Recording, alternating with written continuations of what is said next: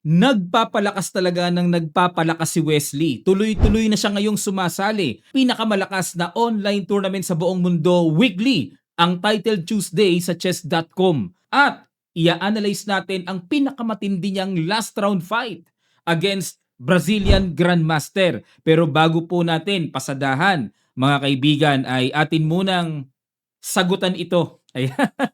Lapag niyo po sa comment section below ang inyong mga makikitang kasagutan. It's why to play. Ano kaya ang magandang gagawin dito sa kabila ng 2 pieces down ang puti pero meron na palang magandang tuloy-tuloy na swabing pagkapanalo dito, mga kamatyas. Sige po, paki-analyze nyo. Pakilapag nyo lang sa comment section ng inyong mga kasagutan. Supportan nyo na po sa video na ito. Sa mga wala pang Internet Chess Club applications, downloadable lang po sa Play Store at App Store at makikita nyo lang din ang site sa description below ng video na ito. Okay, pasadahan na natin. Black dito si Wesley at white si Grandmaster Krikor. Tumira ng Knight F3, nakiramdam muna. C5. Kasi po kaya nakikiramdam ang Knight F3, marami kasing opening na po pwedeng kauwian yan.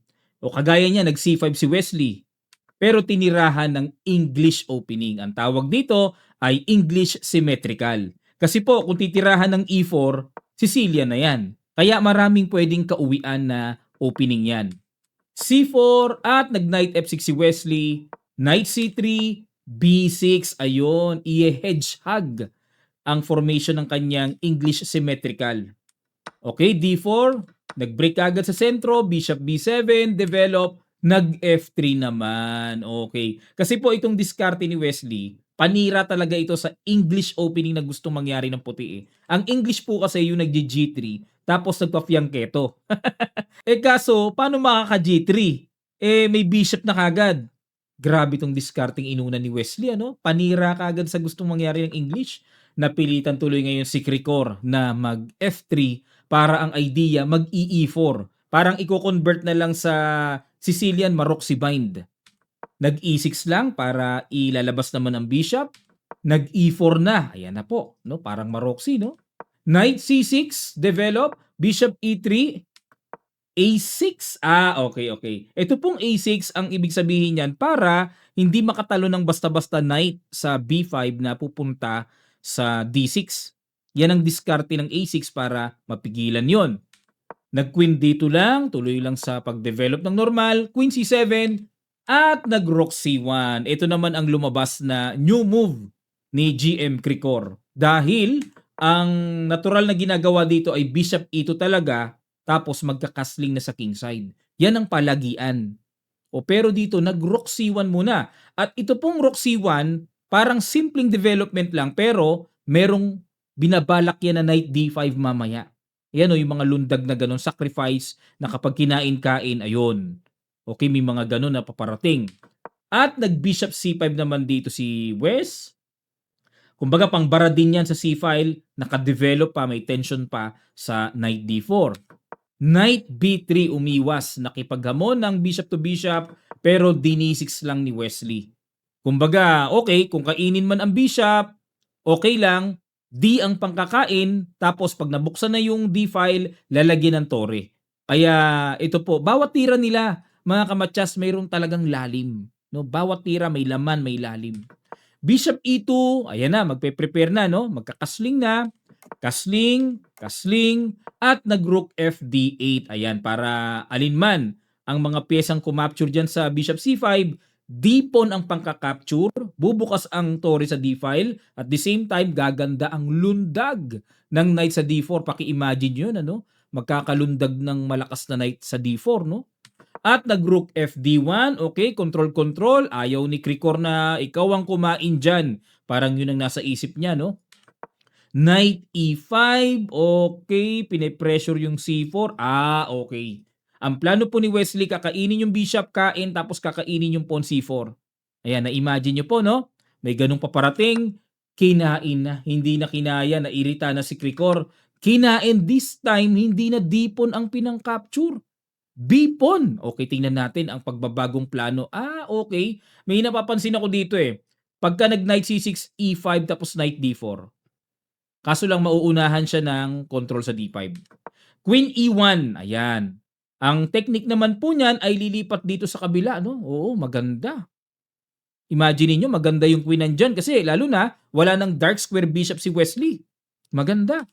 Knight C6, ayan na nga po 'no. Yan ang ta-timingan talaga ni Wesley yung D4 square, nag B3 muna. Okay, parang yan na talaga ang original talaga na formation, pawn structure ng Maroczy bind. Natural po yan. Rook D7, ayan na. Ito na po yung mga portion ng mga position na kunatan time. Ang tawag ko diyan, islog-islogan. Yung mga tahimik na tira pero dapat may laman.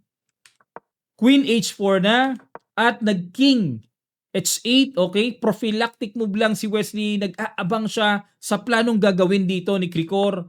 Nag-bishop F1, waiting lang din. At nag-rook E8.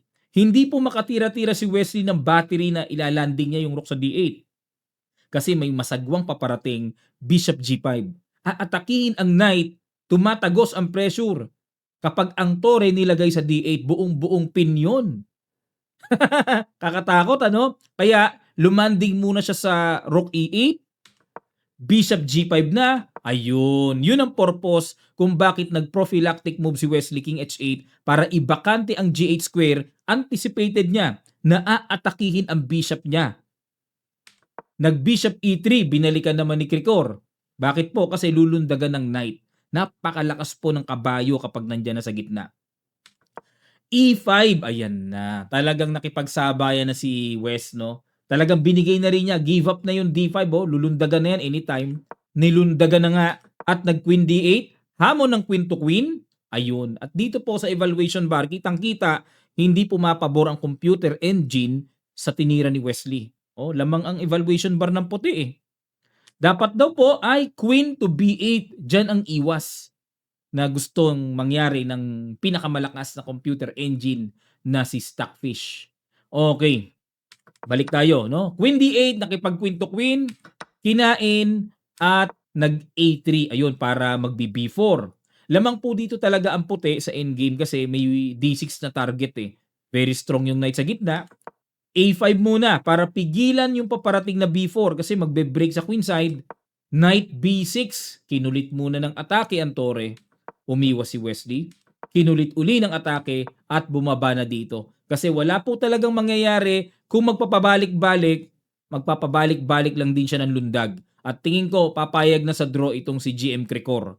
Dahil syempre rating difference, 30-25 Blitz online rating ni Wesley and 29-47 naman ang Blitz rating ni Krikor. So medyo malayo, no?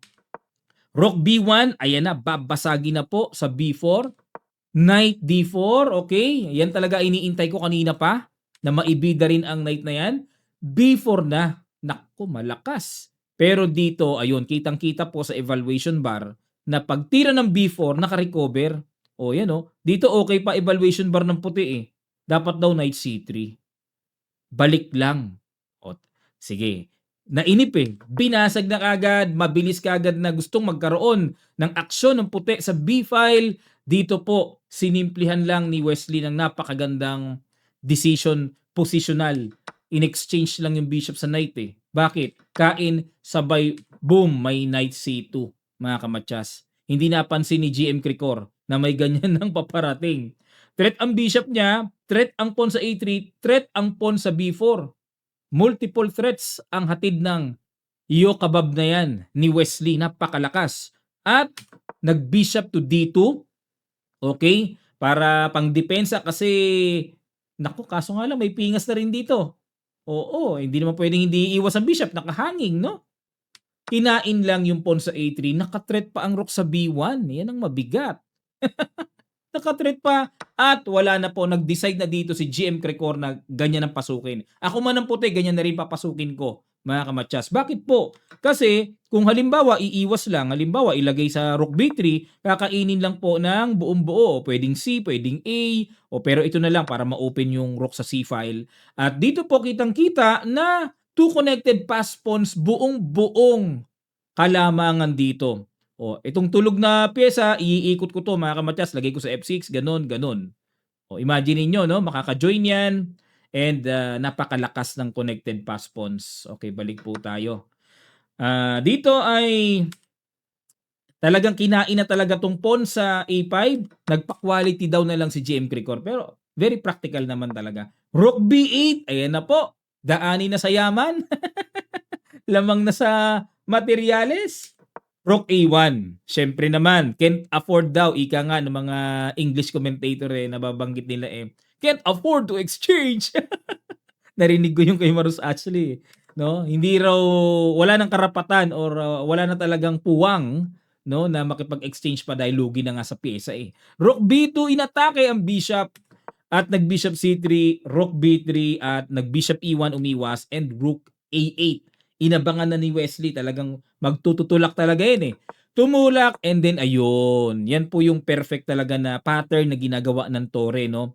Na ang pinaka-perfect talaga, rook behind pass pawn. Sa likod dapat ng pass pawn ng kalaban natin. Ngayon, kung hindi talaga mapipigilan, nasa harapan ng pass pawn ng kalaban, kailangan pigilan mo na wag makarating to the maximum stage na nasa 7th rank na. So kaya pinigilan ni Wesley para hanggang dito na lang ang pawn. Bishop A5, naghahanap po ng mga butas-butas talaga itong si Cricor. Knight F6, ayun. Sa wakas, nagising din ang kabayo. Bishop C4, inatake ang bishop. Nag-rook B8. King F2. Knight E8. Ayan na po, pupunta na sa C7 at pupuwersahin ng kuhanin talaga ang pawn na yan. King E3, Knight C7, kinapture na lang po. Kasi wala talaga babagsak yung pawn Bishop B5, ayan, medyo kumarga dito si GM Cricor ng technique na pinapakain niya ang bishop ng libre. Pero pag kinain, may push A7.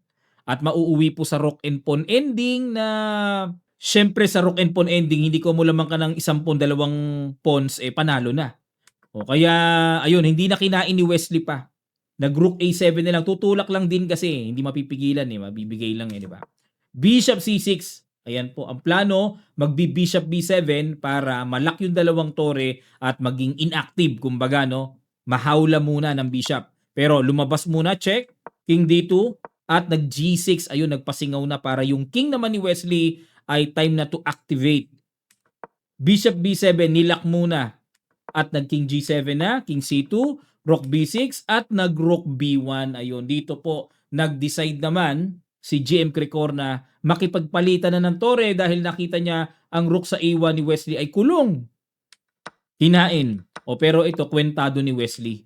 Ayan kasi dito ang target ng white, kailangan mapagapang niya as much as possible doon sa B6. Pero napakalapit din ng Black King para mapigilan yung ganun. Gaganon lang yan. Hindi na makakapasok yung king di ba? Gumanon. Ayan. Gumanyan na lang mga kamatyas. Kasi po, isang senaryo, wait lang po pasensya na po. Isang senaryo kasi kung idediretso, pakita ko na po sa inyo, kakainin lang to Yan po mangyayari. Tapos meron ng, wala na, for life pass po na talaga yan. Hindi makaka-activate, aatras lang yan and then, unti-untiin talaga ng Black King yan. Black wins. Napaka easy wins. Kaya ginawa, check, gumanon, King B6 at dito po, tiniret dito ni Cricor ang pawn pero napasuko na dahil it's totally hopeless na. Kakainin na rin yung pawn sa E6. Walang mababawi or di makakagante si Cricor. Nag-resign na po. What a great demonstration technique ni Wesley So, no? Na inatake siya. May mga ways na humahabol ang puti pero nakita niyo po yung pag-iingat niya kung paano niya kinontrol yung mga bagay-bagay, no? So, kailangan din kasi nating ma-predict, makita yung planong paparating na gagawin ng kalaban. Especially yung mga survival mode na, no? Nasa losing na yung kalaban mo pero sa kagustuhan niya makasurvive, talagang gagawa ng mga ways yan, mga setups na, nako, talagang para makasurvive. Pero pagka nakita mo naman lahat, may pag-iingat, hanggang dulong proseso, maiko-convert at maipapanalo. At yun ang pinakita ni Wesley. Congrats, Wes! At hindi man po siya pinalad, pero ang nag-champion kasi dito ay si Grandmaster Super GM Magsudlu ng Iran. Ayan, second place si Pragnananda Ramesh Babu at third si Hikaru Nakamura, fourth dito si Hans Smoke Niemann. Ayan mga kamatyas, at iba pa, marami pong sumali dito. Si Wesley ay bumaba lang ng pang number, alam ko pang number 27 yata si Wesley, masyadong malayo, pero ganun talaga. At least pinagkukuhanan niya ng matinding training, pang number 43 pa pala, mga kamatyas, ano? O Daniil Dubov nga pang number 39 din, medyo malayo din. So yung mga top notchers na yan, Pragdananda, Hikaru Nakamura, Hans-Smoke Niemann. Ako'y humahanga kay Hans-Smoke Niemann. Grabe, no? Grabe ang mga performance niya itong mga late tournaments niya. Mapa face to face, mapa online. Ang ganda ng performance ni Hans-Smoke. Ayan. And then surprise para magsudlo ng champion. Pragdananda, sorpresa rin yan kasi hindi po gano'n naglalaro sa online yan. Okay, maraming salamat po at kung meron pa kayong gustong games na ipa-analyze dito, lapag nyo lang po sa comment section below mga kamatyas. At maraming salamat sa palagian yung pagsuporta. Paki-subscribe po ang channel na to. Ang goal po natin ay mapaabot ng 1 million subscribers mga kamatyas at tayo po ngayon ay sumusugod sa mga international tournaments arena, mga world events para mag-cover ng mga games. Kailangan po natin ng medyo maganda-gandang pundasyon sa ating channel. Para pag nakita naman tayo ay talagang sinasabing meron talagang nanonood na pangmaramihan. Okay po ha, lambing ko po sa inyo. Road to 1 million subscribers tayo kahit paunti-unti lang, one step at a time, pero suportahan niyo po mga kamatyas. Ganun din po ang ating Facebook page Kamatyas. Pinagsusumikap po ako na mag-upload ng mag-upload. Sana po ay masuportahan niyo. Maraming salamat at magkita-kita pa tayo sa mga susunod pa nating chess updates. God willing.